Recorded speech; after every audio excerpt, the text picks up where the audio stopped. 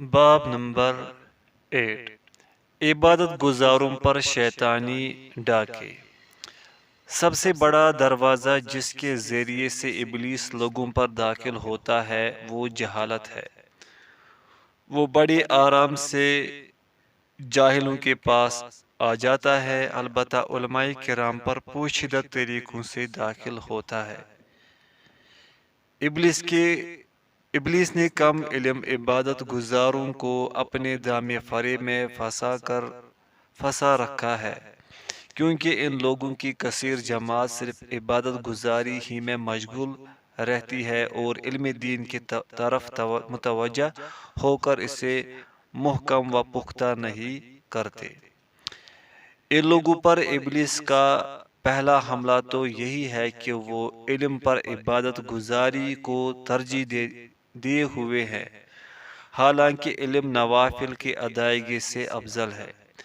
ابلیس نے انہیں یہ نقشہ دکھایا ہے کہ علم سے مقصود بھی تو عمل ہی ہوتا ہے، اور عمل سے مراد ان لوگوں نے یہ سمجھ لیا ہے کہ اعضاء جسمانی کی ظاہری حرکات و سکنات ہی عمل ہے۔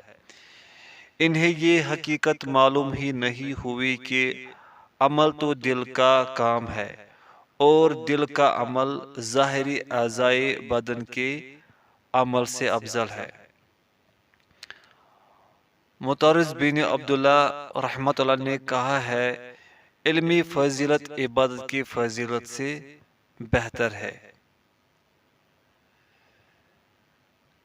حاشیہ: اسے ابو خیثمہ نے العلم میں آپ سے روایت کیا ہے اور یہ مرفوعاً بھی صحیح سند سے ثابت ہے۔ یوسف بن اسبات نے فرمایا ہے، علم کا ایک باب جسے تو سیکھ لے 70 لڑائیوں میں شریک ہونے سے افضل ہے۔ معافی بن عمران نے کہا ہے، صرف ایک حدیث مبارک کا لکھ لینا میرے نزدیک پوری رات کی نماز سے زیادہ محبوب ہے۔ جب ابلیس کی یہ چال ان عبادت گزاروں پر کارگر ہو گئی اور انہوں نے ظاہری جسمانی اعضاء سے عبادت کرنے کو حصول علم پر ترجیح دے دی، تو ابلیس عبادت گزاری کے دوسرے مراحل میں انہیں فریب دینے میں اور ان پر قابو پانے میں کامیاب ہوتا گیا۔ طہارت میں شیطانی حربہ۔ شیطانی فریب کاریوں میں سے ایک یہ ہے کہ انہیں کافی دیر تک بیت الخلاء میں بٹھائے رکھتا ہے، حالانکہ یہ طرز عمل جگر کے لیے تکلیف دہ ہے۔ چاہیے تو یہ تھا کہ وہاں تھوڑی دیر کے لیے ہی بیٹھتے۔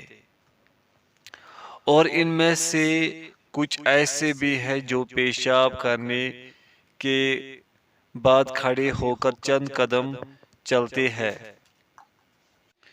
اور بتکلف کھانسنے کی کوشش کرتے ہیں، ایک قدم کو اوپر اٹھاتے اور دوسرے کو زمین پر پٹکتے ہیں۔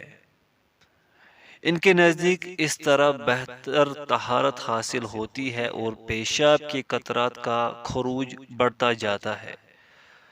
تفصیل اس معاملے کی یوں ہے کہ پانی مثانہ کی جانب ٹپکتا اور بہتا رہتا ہے اور اس میں ذخیرہ ہوتا جاتا ہے۔ جب انسان پیشاب کرنے کے لیے خود کو تیار کر لیتا ہے تو جو جمع شدہ پیشاب ہوتا ہے باہر نکل آتا ہے۔ جب وہ چلتا اور کھانستا ہے اور کبھی رکتا ہے تو مزید نیا پانی ٹپکتا ہے، اور یہ نیا بہاؤ اور ٹپکاؤ مسلسل جاری رہتا ہے جو منقطع نہیں ہوتا۔ اس کو بس اتنا ہی کافی تھا کہ اپنی 2 انگلیوں سے اپنی شرمگاہ کو دباتا اور نچوڑ لیتا، پھر اس کے بعد پانی استعمال کر لیتا۔ اور ان لوگوں میں سے کچھ ایسے بھی ہیں جن کے لیے ابلیس پانی کی کثرت استعمال کو اچھا بنا کر دکھاتا ہے، حالانکہ تمام مذاہب میں سے سخت ترین مذہب کے مطابق بھی نجاست عین کو زائل کرنے کے بعد 7 بار پانی کا استعمال کافی ہے۔ اور اگر اس سے ڈھیلوں سے صفائی کرنا تھی تو اگر جائے پاخانہ کے ادھر ادھر گندگی نہ لگی ہو تو صفائی کے لیے صرف 3 ڈھیلے ہی اسے کافی تھے، اور جو شریعت کے موافق اس تعداد پر قناعت نہ کرے تو ایسا شخص شرع کا پیروکار ہونے کے بجائے مبتدع یعنی بدعتی ہوگا۔ دوران وضو ابلیسی چال۔ ان لوگوں میں سے بعض کو ابلیس نیت کے معاملے میں مبتلائی فریب کرتا ہے۔ آپ دیکھیں گے وہ زبان سے کہتا ہے میں حدث کو دور کرتا ہوں، پھر کہتا ہے میں نماز کو مباح کرنے لگا ہوں، پھر دوبارہ یوں کہتا ہے میں حدث کو دور کرنے لگا ہوں۔ اس تلبیس کی وجہ شرع سے جاہل ہونا ہے، کیونکہ نیت دل کا عمل ہے، زبان کے قول کا نہیں ہے۔ زبان سے اس طرح کے الفاظ بولنے کی چندہ حاجت نہ تھی، پھر اس کے علاوہ الفاظ کے تکرار کی بھی کوئی ضرورت نہ تھی۔ اور ان لوگوں میں سے بعض کو ابلیس وضو کرنے والے پانی میں غور کرنے کے معاملے میں چکر دیتا ہے اور یوں کہتا ہے کیا تجھے یقین ہو گیا ہے کہ یہ پانی طاہر و پاک ہے؟ غرض یہ کہ دور دراز کے احتمالات اس کے ذہن میں لاتا ہے، جبکہ شرعی فتویٰ جو اس کے لیے کافی تھا وہ یہی تھا کہ پانی اصل میں پاک ہے، لہذا اصل کو احتمال کے ساتھ مت ترک کرے۔ اور ان لوگوں میں سے بعض کو پانی کی کثرت استعمال کے ساتھ دھوکے میں رکھتا ہے۔ ایسا آدمی 4 مکروہ اشیاء کو یک بار جمع کر لیتا ہے۔ پوائنٹ فرسٹ، پانی میں اسراف کرنا۔ پوائنٹ سیکنڈ، قیمتی عمر کو ضائع کرنا، اور وہ بھی ایسے عمل میں جو نہ واجب ہے اور نہ ہی مندوب مستحب۔ پوائنٹ تھرڈ، شریعت سے پیش قدمی کرنا، چونکہ اس نے اس مقدار پر قناعت نہیں کی جتنی قلیل پانی کی مقدار پر شریعت نے قناعت کا سبق دیا ہے۔ پوائنٹ فورتھ، 3 بار سے زائد پانی استعمال کرنے سے یہ شرع کی منع کردہ حد میں داخل ہو جاتا ہے، اور بعض اوقات تو وہ اتنا طویل وضو کرتا ہے کہ نماز کا وقت نکل جاتا ہے یا نماز کا اول وقت گزر جاتا ہے جو کہ وقت فضیلت تھا، یا اس کی باجماعت نماز ہی فوت ہو جاتی ہے۔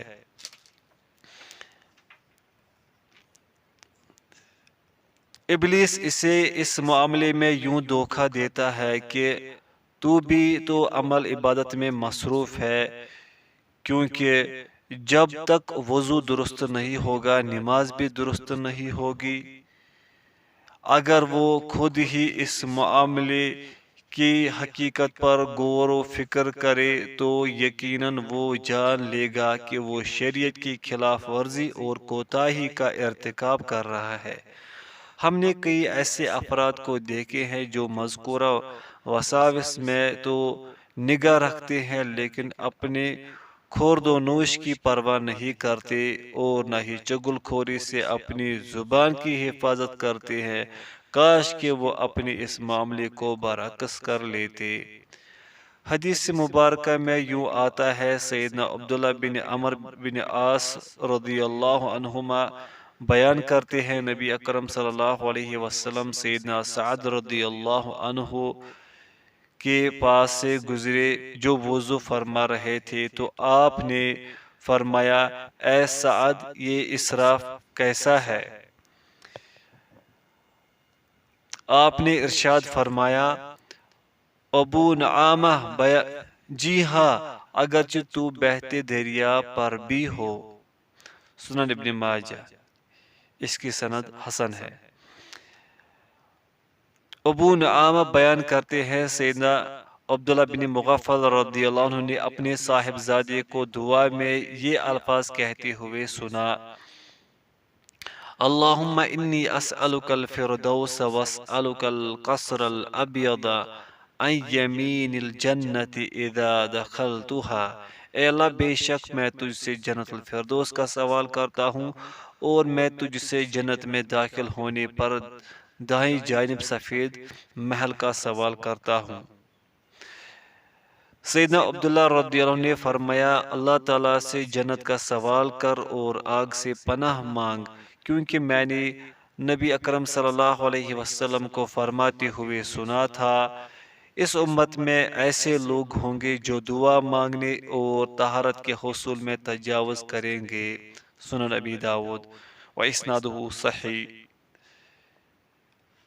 ابن شوذب کہتے ہیں، حسن بصری رحمت اللہ پانی میں اسراف کرنے والوں پر اعتراض کرتے ہوئے یوں کہا کرتے تھے، ان میں سے ایک چھوٹے مشکیزے یا مٹی کی سراہی سے وضو کرتا ہے، اور پکھال چمڑے کا بڑا مشکیزہ جو بھر کر جانور پر لادا جاتا ہے سے غسل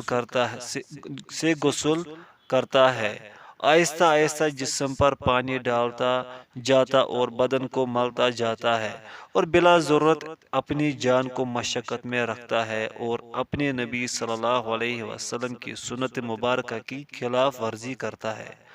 ابوالوفا بن عقیل کہا کرتے تھے، عقل مندوں کے نزدیک بہترین کمائی وقت کا درست استعمال ہے، اور اس میں کم ترین عبادت پانی کا درست استعمال ہے، اور نبی اکرم صلی اللہ علیہ وسلم کے اخلاق حسنہ میں عبادت سمجھتے ہوئے زیادہ پانی استعمال کرنا ثابت نہیں ہے۔ اذان میں شیطانی دھوکہ۔ کچھ لوگ اذان کو سر اور ترنم سے پڑھتے ہیں۔ امام مالک بن انس رحمۃ اللہ علیہ اور دوسرے علماء کرام نے اسے انتہائی کراہت سے دیکھا ہے، کیونکہ یہ انداز اذان کو مقام عظمت سے نکال کر گانے کے مشابہ بنا دیتا ہے۔ کچھ لوگ اذان فجر کے ساتھ ذکر، اذکار، تسبیح و تحمید اور پند و نصائح کو شامل کر دیتے ہیں، اور اذان کو ان چیزوں کے درمیان میں لے آتے ہیں یا ان چیزوں کو آخر میں لے جاتے ہیں، تو اس طرح اذان دیگر اوراد و وظائف کے ساتھ خلط ملط اور گل مل جاتی ہے۔ علماء کرام نے اذان کے ساتھ ہر طرح کے اضافے کو مکروہ خیال کیا ہے۔ ہم نے ایسے افراد کو بھی دیکھا ہے جو رات کا کافی حصہ مینارہ مسجد پر کھڑے واعظ و نصیحت کرتے رہتے ہیں، اور بعض لوگ ایسے پائے جاتے ہیں جو بآواز بلند قرآن کریم کی سورت کو پڑھنا شروع کر دیتے ہیں، جو لوگوں کی نیند میں خلل انداز ہوتے ہیں، بلکہ تہجد گزاروں پر قرات مشکل ہو دیتے ہیں۔ یہ اور ان جیسے دوسرے امور منکرات میں سے ہے۔ مسائل طہارت میں شیطانی حربہ۔ عبادت گزاروں میں سے بعض کو شیطان نے اس طرح دھوکے میں مبتلا کیا کہ وہ پہنے ہوئے کپڑوں کی وجہ سے وسوسے میں پڑ گئے ہیں۔ آپ ان میں سے کئی حضرات کو دیکھیں گے کہ پاک صاف کپڑے کو بھی بار بار دھوئے جائیں گے، بلکہ بعض اوقات کسی مسلمان کے چھو لینے سے بھی اسے دھونے لگتے ہیں، اور ان میں سے کوئی ایسا بھی ہے جو دریائے دجلہ میں اپنے کپڑوں کو دھوتا ہے، گھر پر انہیں دھونے کو کافی خیال نہیں کرتا، اور کوئی ایسا بھی ہے جو اپنے کپڑوں کو کنویں میں لٹکاتا ہے، جس طرح یہودی کیا کرتے تھے۔ صحابہ کرام رضی اللہ عنہم اجمعین یوں نہیں کیا کرتے تھے، بلکہ انہوں نے تو ملک فارس کو فتح کر لینے کے بعد ان فارسیوں کے کپڑوں میں بھی نماز ادا کر لی تھی۔ مزید برآں ان کے اوپر اوڑھنے والی اور نیچے بچھائی جانے والی چادریں بھی استعمال کی تھی۔ ان وسوسہ زدہ لوگوں میں سے کچھ ایسے بھی دیے گئے ہیں جو کپڑے پر پانی کا ایک قطرہ ٹپک جانے پر سارا کپڑا ہی دھو ڈالتے ہیں، بلکہ بعض اوقات صرف اس بنا پر نماز باجماعت سے بھی پیچھے رہ جاتے ہیں۔ کچھ ایسے بھی پائے گئے ہیں جو معمولی بارش کی وجہ سے نماز باجماعت کو ترک کر دیتے ہیں کہ کہیں ان کے کپڑوں پر پانی کی چھینٹیں نہ پڑ جائے۔ کوئی بدباطن یہ گمان نہ کر بیٹھے کہ میں طہارت و نظافت اور ورع و تقوی سے روک رہا ہوں، میں تو اسے صرف حد شرع سے خارج مبالغہ آمیزی اور وقت کو ضائع کرنے والے امور سے روک رہا ہوں جن سے ہمیں شرع میں منع کیا گیا ہے۔ ابلیسی چال بازیوں میں سے ایک نیت نماز میں حملہ بھی ہے۔ ان میں سے ایک کہنے والا یوں بولتا ہے، میں فلاں نماز پڑھنا چاہتا ہوں، پھر وہ انہی الفاظ کو دوبارہ دہراتا ہے، صرف یہ خیال کرتے ہوئے کہ اس نے نیت توڑ دی ہے، حالانکہ نیت تو ٹوٹتی ہی نہیں ہے اگرچہ لفظی موافقت نہ بھی ہو۔ ان میں سے بعض ایسے بھی ہیں جو اللہ اکبر کہتے ہیں پھر اسے توڑ دیتے ہیں، پھر از سر نو تکبیر تحریمہ کہتے ہیں پھر اسے توڑ دیتے ہیں، حتیٰ کہ جب امام رکوع میں چلا جاتا ہے تو یہ وسوسے کے ڈسے ہوئے اللہ اکبر کہتے ہوئے اس کے ساتھ رکوع میں شامل ہو جاتے ہیں۔ کاش مجھے معلوم ہو جائے کہ اس نے اس وقت میں کس طرح نیت کو حاضر کر لیا ہے، اور تو کوئی چیز سمجھ میں نہیں آتی، بجز اس کے کہ ابلیس نے اسے فضیلت سے محروم رکھنا چاہا ہے۔ اور ان وسوسہ زدہ لوگوں میں ایسے بھی ہیں جو اللہ کے نام کی قسم بھی کھا لیتے ہیں کہ صرف اب کی بار میں نے اللہ اکبر کہا ہے، اور بعض لوگ اپنے مال سے دستبردار ہونے کی یا بیوی کو طلاق دینے کی قسم بھی کھا لیتے ہیں۔ یہ اور ایسے دیگر باتیں سبھی شیطانی چالیں ہیں، جبکہ شریعت اسلامیہ کو انتہائی فیاض، سہل و آسان اور ایسی آفتوں سے سلامت رکھنے والی ہے۔ رسول اللہ صلی اللہ علیہ وسلم کے لیے ایسی کوئی بات اور نہ ہی صحابہ کرام رضی اللہ عنہم و اجمعین کے لیے ایسی کوئی گنجلک واقع ہوئی۔ ابو حازم سے ہمیں یہ بات پہنچی ہے کہ وہ مسجد میں داخل ہوئے تو ابلیس نے انہیں یہ وسوسہ ڈالا کہ آپ تو بلا وضو نماز پڑھیں گے۔ انہوں نے فرمایا، ابھی تیری خیر خواہی اس درجے تک نہیں پہنچی۔ اس تلبیسی معمے کا حل یہ ہے کہ اس وسوسہ زدہ آدمی سے یہ کہا جائے، اگر تو نیت کا استحضار چاہتا ہے تو نیت تو پہلے ہی سے حاضر ہے، کیونکہ تو نماز کی ادائیگی کے لیے کھڑا ہو چکا ہے اور یہی نیت ہے، اور نیت کا محل قلب ہے، الفاظ نہیں ہے۔ اگر تو وہ الفاظ کو صحیح تلفظ کے ساتھ ادا کرنا چاہتا ہے تو الفاظ کی ادائیگی تو ضروری ہی نہیں۔ پھر دوسری بات یہ ہے کہ الفاظ بھی تو نے صحیح ہی کہے تھے، پھر دہرانے کا کیا معنی اور کیا وجہ؟ بعض بزرگوں نے مجھے ابن عقیل کے بارے میں ایک عجیب و غریب حکایت بیان کی ہے۔ ایک آدمی ان سے ملنے آیا، اس نے دریافت کیا، میں ایک عضو بدن کو دھوتا ہوں لیکن مجھے ایسا لگتا ہے کہ میں نے اسے نہیں دھویا۔ میں اللہ اکبر کہتا ہوں لیکن دل میں یہ خیال کرتا ہوں کہ میں نے اللہ اکبر نہیں کہا۔ ابن عقیل نے اس شخص سے کہا، تو نماز چھوڑ دے کیونکہ یہ تجھ پر فرض نہیں ہے۔ کسی نے سوال کیا، آپ یہ فتویٰ کس طرح دیتے ہیں؟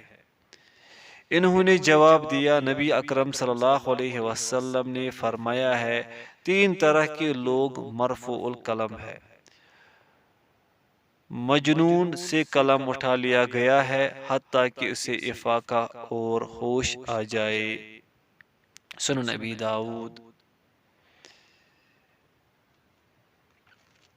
اور جو آدمی اللہ اکبر کہتا ہے اور یوں خیال کرتا ہے کہ میں نے اللہ اکبر نہیں کہی، وہ صاحب عقل نہیں، اور ایسے مجنون دیوانے پر نماز فرض ہی نہیں ہے۔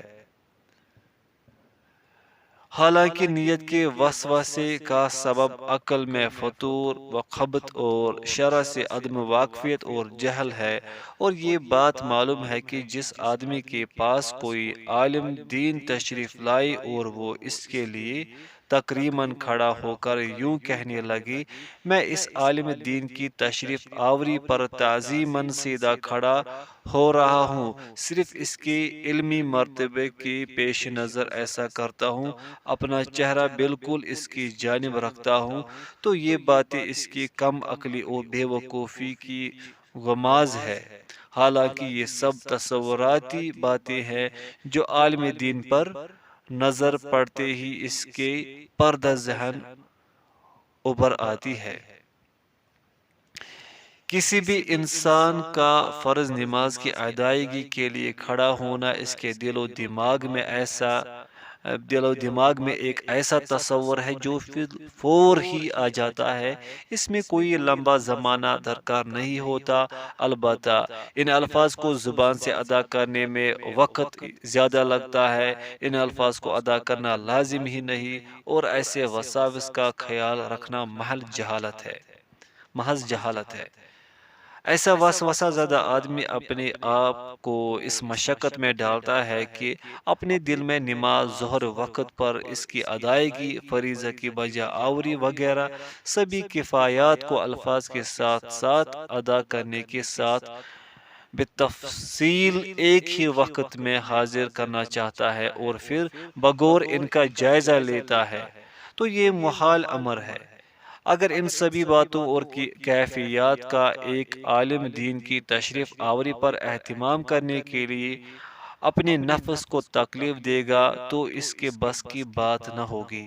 جس نے یہ حقیقت جان لی اسے نیت کی سمجھ آ گئی۔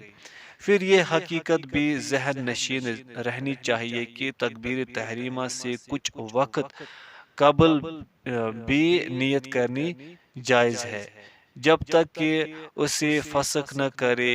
تو پھر کیا وجہ ہے کہ نیت کو تکبیر تحریمہ کے بالکل متصل رکھنے کی زحمت اٹھاتا ہے؟ جب اس نے نیت پختہ کر لی پھر اسے فسخ نہیں کیا تو جب بھی تکبیر تحریمہ بولے گا نیت اور تکبیر باہم مل جائیں گے۔ مصعب رحمۃ اللہ علیہ کا کہنا ہے، معن بن عبد الرحمن نے میرے سامنے ایک کتاب پیش کی اور پروردگار عالم کی قسم کھاتے ہوئے کہا کہ یہ ان کے والد بزرگوار کی تحریر ہے، اس میں یہ بھی لکھا ہوا تھا۔ عبداللہ نے فرمایا، اس ذات کی اقدس کی قسم جس کے سوا کوئی معبودی برحق نہیں ہے، میں نے رسول اللہ صلی اللہ علیہ وسلم سے بڑھ کر کسی اور کو تکلف کرنے والوں پر سختی کرنے والا نہیں دیکھا، اور آپ کے بعد میں نے سیدنا ابوبکر صدیق رضی اللہ عنہ سے بڑھ کر کسی اور کو ایسے لوگوں پر سخت گیر نہیں پایا، اور میرا یقین ہے کہ سیدنا عمر فاروق رضی اللہ عنہ تو پوری روئے زمین پر سب سے بڑھ کر ایسے لوگوں پر سختی کرنے والے تھے۔ حاشیہ، اسے امام طبرانی نے الکبیر اور امام دارمی نے سنن میں روایت کیا ہے۔ امام حیثمی نے مجموع الزوائد میں لکھا ہے، وَرِجَالُهُ ثِقَات، اور میں کہتا ہوں وَسَنَدُهُ صحیح، اور اس کی سند صحیح ہے۔ دورانی نماز کے چند شیطانی حملے۔ وسوسہ زدہ لوگوں میں سے کچھ ایسے بھی ہیں جو نیت کو صحیح کر لینے اور تکبیر تحریمہ کہہ لینے کے بعد اپنی باقی نماز سے بالکل غافل ہی ہو جاتے ہیں، گویا کہ نماز سے اصل مقصود صرف تکبیر تحریمہ ہی تھی۔ اس حملے کی اس طرح سمجھ آئے گی کہ تکبیر تحریمہ تو صرف عبادت میں داخل ہونے کے لیے رکھی گئی ہے، پھر کس طرح اس عبادت سے غفلت برتی جا سکتی ہے؟ یہ تو بالکل اسی طرح ہے کہ حویلی کے دروازے کی حفاظت کی جائے لیکن حویلی کو فراموش کر دیا جائے۔ اور بعض وسوسہ زدہ ایسے بھی پائے جاتے ہیں جن کے امام کے پیچھے تکبیر تحریمہ اس وقت جا کر کہیں درست ہوتی ہے جبکہ رکعت کی بالکل تھوڑی سی مقدار باقی ہوتی ہے، پھر وہ جلدی سے دعائے استفتاح اور تعوذ پڑھتا ہے۔ اتنی دیر میں امام رکوع میں چلا جاتا ہے۔ یہ بھی شیطانی حملہ ہے، کیونکہ جن امور میں وہ مشغول رہا ہے، یعنی دعائے استفتاح اور تعوذ پڑھنے میں، یہ تو مسنون امور ہے، اور قرات فاتح اس نے ترک کر دی ہے، جو علماء کرام کی ایک جماعت کے ہاں لازم و واجب تھی۔ حالانکہ چاہیے تو یہ تھا کہ اس پر سنت کو ترجیح نہ دی جاتی اور اسے ہی مقدم مانا جاتا۔ میں اپنے بچپن میں اپنے شیخ ابو بکر دینوری کی اقتداء میں نماز پڑھا کرتا تھا۔ ایک مرتبہ انہوں نے مجھے ایسا ہی کرتے ہوئے پایا تو فرمانے لگے، اے برخوردار، فقہا نے امام کے پیچھے سورہ فاتحہ کی قرات کی واجب ہونے میں اختلاف کیا ہے، لہذا تو بھی واجب میں مشغول ہو جایا کر اور سنت کا واجب کے مقابلے میں اتنا خیال نہ رکھا کر۔ حاشیہ، یعنی سنتوں اور واجبات کے ایک ساتھ عمل کرنے کے وقت نہ کہ مطلق طور پر ہی انہیں خیر بات کہنا مراد ہے۔ حاشیہ مکمل ہوا۔ سنتوں کو ترک کرنا۔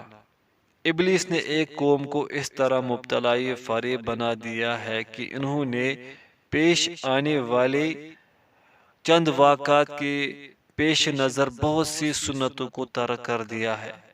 ان میں سے کچھ ایسے ہیں جو پہلی صف سے پیچھے رہتے ہیں اور یہ کہتے ہیں اس سے مراد دلوں کی قربت ہے، اور کچھ ایسے بھی ہیں جو نماز میں ایک ہاتھ پر دوسرا ہاتھ نہیں رکھتے اور یوں کہتے ہیں مجھے یہ بات اچھی نہیں لگتی کہ ایسا خشوع ظاہر کرو جو میرے دل میں نہیں ہے۔ ہمیں یہ دونوں امور بعض اکابر صالحین کی نسبت سے پہنچے ہیں، حالانکہ اس کا باعث قلت علم ہے۔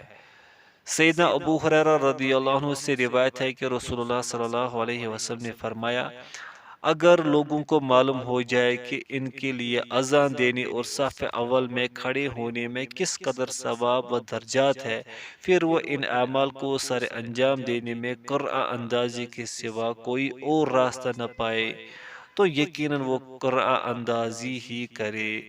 صحیح البخاری۔ امام مسلم رحمۃ اللہ کے تفردات میں سے ایک روایت یہ بھی ہے کہ نبی اکرم صلی اللہ علیہ وسلم کا فرمان گرامی ہے، مردوں کی بہترین صفیں ابتدائی اور بدترین صفیں پچھلی ہے۔ صحیح مسلم۔ رہا مسئلہ حالت نماز میں ہاتھ پر ہاتھ رکھنے کا تو یہ بھی سنت ہے۔ امام ابو داود رحمۃ اللہ نے اپنی سنن میں روایت کیا ہے کہ سیدنا عبداللہ بن زبیر رضی اللہ عنہما فرماتے ہیں، ہاتھ پر ہاتھ رکھنا سنت ہے۔ سنن ابی داود۔ شواہد میں اس کی سند حسن ہے۔ اور سیدنا عبداللہ بن مسعود رضی اللہ عنہ حالت نماز میں اپنے بائیں ہاتھ کو اپنے دائیں ہاتھ پر رکھ بیٹھے۔ نبی اکرم صلی اللہ علیہ وسلم نے انہیں دیکھا تو ان کے دائیں ہاتھ کو بائیں کے اوپر رکھ دیا۔ سنن ابی داود۔ اس لیے جو آدمی یہ کہتا ہے کہ ہاتھ سے مراد دل کی قربت ہے، اس پر ہماری یہ بات خراب نہیں گزرنی چاہیے، کیونکہ یہ ہماری بات نہیں، شریعت کا حکم ہے۔ امام احمد بن حنبل رحمہ اللہ سے کہا گیا، عبداللہ بن مبارک یہ بات فرماتے ہیں تو آپ نے فرمایا، عبداللہ بن مبارک کوئی آسمان سے تو نہیں اترے۔ آپ سے یہ عرض کیا گیا، ابراہیم بن ادہم نے یوں فرمایا ہے، تو جواب میں یوں ارشاد فرمایا، تم میرے پاس چھوٹے چھوٹے راستے اور پگڈنڈیاں لا رہے ہو، تم پر لازم ہے کہ اصل کو تھام لو۔ دل میں کسی کی بڑائی اور عظمت بٹھا کر اس کے قول کی وجہ سے شرع کو نہیں چھوڑا جا سکتا، کیونکہ شرع تو سب سے عظیم ترین ہے، اور اصول کی تعویل و تفسیر میں لوگوں سے خطا ہو سکتی ہے، اور یہ بھی تو ہو سکتا ہے کہ احادیث مبارکہ ہی اس تک نہ پہنچ سکی ہو۔ حاشیہ: یہ مصنف رحمت اللہ کی طرف سے خطا کر جانے والے کی جانب سے اظہار معذرت ہے۔ انہیں اس بات کا کوئی اندیشہ نہیں ہے کہ اقدام گناہ کو مستلزم نہیں ہوتا، جس طرح کے لوگوں کی کثیر تعداد پر یہ امر خلط ملت اور ملتبس ہو چکا ہے۔ حاشیہ مکمل ہوا۔ اور بعض نمازیوں پر ابلیس نے مخارج حروف کے ضمن میں تلبیسی حملہ کیا ہے۔ آپ انہیں دیکھیں گے کہ وہ کہتا ہے الحمد الحمد، بار بار ایک ہی کلمے کو پڑھتا جاتا ہے۔ اس طرح وہ آداب نماز کی حدود سے باہر نکل جاتا ہے، اور بعض نمازیوں کو شد والے حروف کو زوردار آواز میں ادا کرنے میں دھوکہ دیتا ہے، اور بعض اوقات المغضوب کے ضاد کو ادا کرنے میں دھوکے میں مبتلا کر دیتا ہے۔ میں نے ایک صاحب کو المغضوب پڑھتے ہوئے دیکھا جو ضاد کی ادائیگی میں اتنا زور لگاتا تھا کہ اس کا تھوک نکل آتا تھا، جبکہ مقصود صرف اتنا سا ہے کہ حروف کو مخارج سے صحیح ادا کیا جائے۔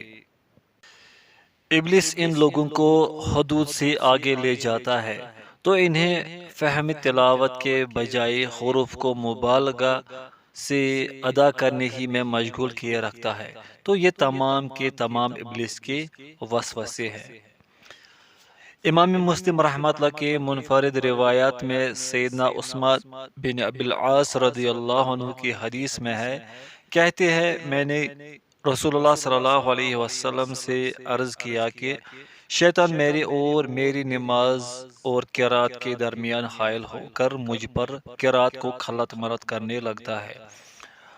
رسول اللہ صلی اللہ علیہ وسلم نے فرمایا وہ شیطان ہے جسے خنزب کہا جاتا ہے، تم جب اسے محسوس کرو تو 3 بار اعوذ باللہ پڑھ کر اپنے بائیں پہلو کی طرف تھوک دو۔ پھر میں نے ایسا ہی کرنا شروع کر دیا تو اللہ تعالیٰ نے اسے مجھ سے دور ہٹا دیا۔ صحیح مسلم۔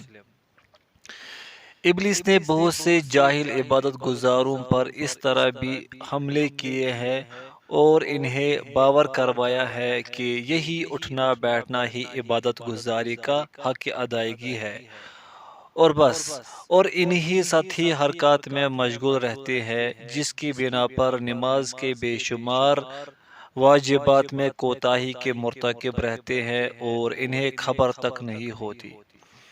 میں نے بچشم خود ایک ایسی جماعت کو مشاہدہ کیا ہے جو امام کے سلام پھیرنے کے ساتھ ہی سلام پھیر دیتے ہیں، حالانکہ ابھی ان پر تشہد واجب میں سے کچھ پڑھنا باقی ہوتا ہے، اور یہ نماز کا ایسا حصہ ہے کہ جو امام ان کی جانب سے کفایت نہیں کر سکتا۔ اور شیطان نے کچھ دوسرے نمازیوں پر اس طرح تلبیسی وار کیا ہے کہ وہ نماز اور قرات کو طویل کرتے ہیں اور نماز میں مسنون طریقے کو چھوڑ جاتے ہیں اور مکروہات کا ارتکاب کر جاتے ہیں۔ میں ایک ایسے عبادت گزار کے پاس گیا جو دن کے وقت نوافل ادا کر رہا تھا اور جہراً قرات کر رہا تھا۔ میں نے اس سے کہا دن میں بآواز بلند قرات کرنا مکروہ ہے، تو اس نے مجھے یوں تو ترکی بترکی جواب دیا تو پھر سے پڑھیں گے۔ تو اس نے مجھے یوں ترکی بترکی جواب دیا میں تو جہری قرات سے نیند کو بگا رہا ہوں۔ میں نے جواباً کہا تمہاری بیداری کی خاطر سنتوں کو ترک تو نہیں کیا جا سکتا، جب تجھ پر نیند کا غلبہ ہو تو سو جاؤ، کیونکہ تیرے نفس کا بھی تجھ پر حق ہے۔ شب بیداری میں تجاوز۔ ابلیس نے عبادت گزاروں اور شب زندہ داروں پر اس طرح دھوکے کی چال چلی ہے کہ انہوں نے رات کی نماز میں بہت سی چیزوں کا اضافہ کر لیا ہے۔ ان میں سے کچھ ایسے ہیں جو ساری رات نوافل ہی میں گزار دیتے ہیں، اور پھر وہ اس قیام اللیل اور صلاۃ چاشت کی ادائیگی پر اس قدر فرحان و شادان ہوتے ہیں کہ نماز پنجگانہ کی ادائیگی پر بھی اتنی خوشی کا اظہار نہیں کرتے۔ پھر ایسے صاحبان فجر کی نماز سے تھوڑی دیر قبل سو جاتے ہیں، جس سے فجر کی نماز فوت ہو جاتی ہے، یا نماز کے لیے اٹھ تو بیٹھتے ہیں لیکن نماز کی تیاری وغیرہ کرتے کرتے باجماعت نماز فوت کر بیٹھتے ہیں، یا پھر سستی کے مارے ہوئے صبح کرتے ہیں اور اپنے اہل و عیال کے لیے کسب معاش کی بھی ہمت نہیں پاتے۔ میں نے ایسے شب زندہ داروں میں سے ایک صاحب کو، جسے حسین قزوینی کہتے تھے، دیکھا ہے، جو جامعہ منصور میں دن کا اکثر حصہ چہل قدمی کیا کرتا تھا۔ میں نے اس کے ایسا کرنے کی وجہ پوچھی تو مجھے یہ جواب دیا گیا تاکہ نیند نہ آ جائے۔ میں نے عرض کیا، یہ تو شرعی اور عقلی تقاضوں سے لا علمی کی دلیل ہے۔ شرعی تقاضے۔ نبی کریم صلی اللہ علیہ وسلم نے ارشاد فرمایا ہے، تیرے نفس کا بھی تجھ پر حق ہے، لہذا روزہ بھی رکھ اور افطار بھی کر اور قیام بھی کر اور آرام بھی کر۔ سنن ابی داؤد۔ اور آپ یہ بھی فرمایا کرتے تھے، تم راہ اعتدال اور میانہ روی کو لازم پکڑو، کیونکہ جو بھی اس دین سے زور آزمائی کرے گا یہ دین اسے پچھاڑ دے گا۔ اسے امام احمد نے اور امام حاکم بیہقی نے روایت کیا ہے اور اس کی سند صحیح ہے۔ سیدنا انس بن مالک رضی اللہ عنہ بیان کرتے ہیں، رسول اللہ صلی اللہ علیہ وسلم مسجد میں جلوہ افروز ہوئے تو دیکھا کہ دو ستونوں کے درمیان ایک رسی بندھی ہوئی ہے۔ دریافت فرمایا، یہ رسی کیسی ہے؟ آپ کو نیند کا غلبہ ہوتا ہے؟ دریافت فرمایا، یہ رسی کیسی ہے؟ آپ کو بتانے والوں نے بتایا، یہ زینب کے لیے ہے، جب وہ نماز پڑھتے ہوئے تھک جاتی ہے یا ان پر نیند کا غلبہ ہوتا ہے تو اس کے ساتھ لٹک جاتی ہے۔ آپ نے حکم دیا، نہیں، اسے کھول دو، اور ساتھ ہی یہ بھی فرمایا، چاہے کہ تم میں ہر ایک اپنی حالت نشاط اور حالت ہوشیاری میں نماز پڑھتا رہے، پھر جب تھکان یا اونگ کا شکار ہو جائے تو اسے چاہیے کہ نماز چھوڑ دے اور بیٹھ جائے۔ صحیح البخاری۔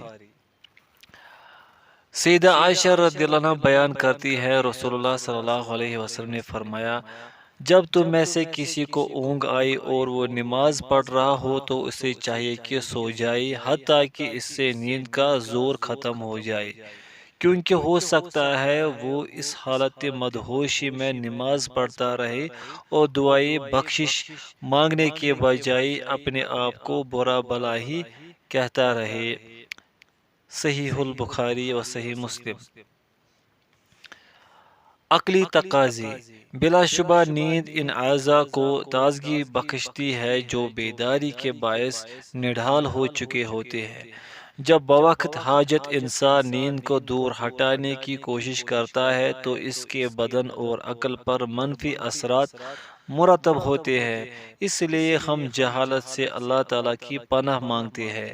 اگر کوئی کہنے والا یوں کہے، آپ نے ہمارے سامنے یہ روایات بھی بیان کی ہے کہ سلف صالحین کی ایک جماعت شب زندہ داری کی خوگر تھی، تو اس کا جواب یہ ہے کہ ان بزرگوں نے بتدریج یہ مقام حاصل کیا تھا۔ وہ نماز فجر باجماعت ادا کرنے کے لیے پر اعتماد اور پر وثوق ہوتے تھے، اور وہ اس کے ساتھ قیلولہ کرنے سے مدد لیا کرتے تھے۔ حاشا، نصف النہار کے وقت آرام کرنے کا نام قیلولہ ہے، اور بعض لوگ نیند کو قیلولہ کے لیے لازم خیال کرتے ہیں جبکہ ایسا نہیں ہے۔ حاشا مکمل۔ اس کے علاوہ کم خوری ان کا شیوا ہوتا تھا، اس لیے ان کے لیے مناسب تھا۔ پھر اس کے لیے ہمیں رسول اللہ صلی اللہ علیہ وسلم سے کوئی ایسی بات نہیں پہنچی کہ آپ نے کوئی رات سوئے بغیر آنکھوں میں گزاری ہو، ماہ سوائے چند ایک راتوں کے، لہذا آپ کی سنت مبارکہ ہی قابل اطاعت اور واجب الاتباع ہے۔ شب زندہ داروں کی ایک جماعت پر ابلیس نے یوں بھی تلبیسی وار کیا ہے کہ دن کو اپنی کارگزاری کی حالات بیان کرتے ہیں، بلکہ بعض اوقات تو ان میں سے ایک یوں بھی کہتا ہے، فلاں مؤذن نے بروقت اذان دی تھی تاکہ لوگوں کو یہ معلوم کروائے کہ وہ بھی اس وقت جاگ رہا تھا۔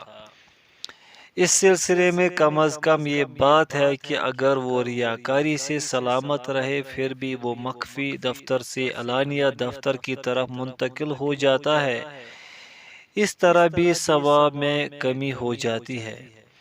کچھ دوسروں پر شیطان نے اس طرح فریبی چال چلی کہ وہ ادائیگی نماز اور عبادت گزاری کے لیے الگ الگ مسجدوں میں براجمان ہو گئے اور پھر انہی مساجد کے نام سے معروف ہو گئے۔ ان کے پاس لوگ جمع ہوتے اور پھر ان کے ساتھ نمازیں ادا کرتے، اس طرح عوام الناس میں ان کے تذکرے ہونے لگے۔ یہ بھی ابلیس کی دسیسہ کاریوں میں سے ہے۔ اس انداز سے ان کے نفوس کثرت عبادت پر مزید قوت پاتے تھے، کیونکہ انہیں معلوم ہو رہا ہوتا تھا کہ ان کے خرچے ہو رہے ہیں اور ان کی ستائش چہار دانگ عالم میں پھیل رہی ہے۔ سیدنا زید بن ثابت رضی اللہ عنہ بیان کرتے ہیں، رسول اکرم صلی اللہ علیہ وسلم نے ارشاد فرمایا، یقیناً آدمی کی افضل ترین نماز گھر میں ادا شدہ نماز ہے، ماں سوائے فرض نماز کے۔ صحیح البخاری و صحیح مسلم۔ عامر بن عبد قیس اس بات کو ناپسند کرتے تھے کہ لوگ انہیں نماز پڑھتا ہوا دیکھے، اس لیے وہ مسجد میں نوافل ادا نہیں کیا کرتے تھے۔ ابن ابی لیلہ کے متعلق یہ بات منقول ہے کہ نماز پڑھنے کے دوران اگر کوئی ملاقاتی آ جاتا تو لیٹ جایا کرتے تھے۔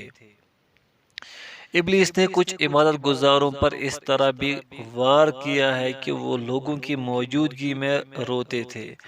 بعض اوقات آدمی کی ایسی گریہ زاری کی حالت ہو سکتی ہے جسے ٹالنا اس کے بس میں نہیں ہوتا، لیکن جو آدمی اس کیفیت گریہ کو چھپا سکتا ہے اور پھر بھی اسے ظاہر کرتا ہے تو گویا اس نے ریاکاری کے لیے خود کو پیش کر دیا۔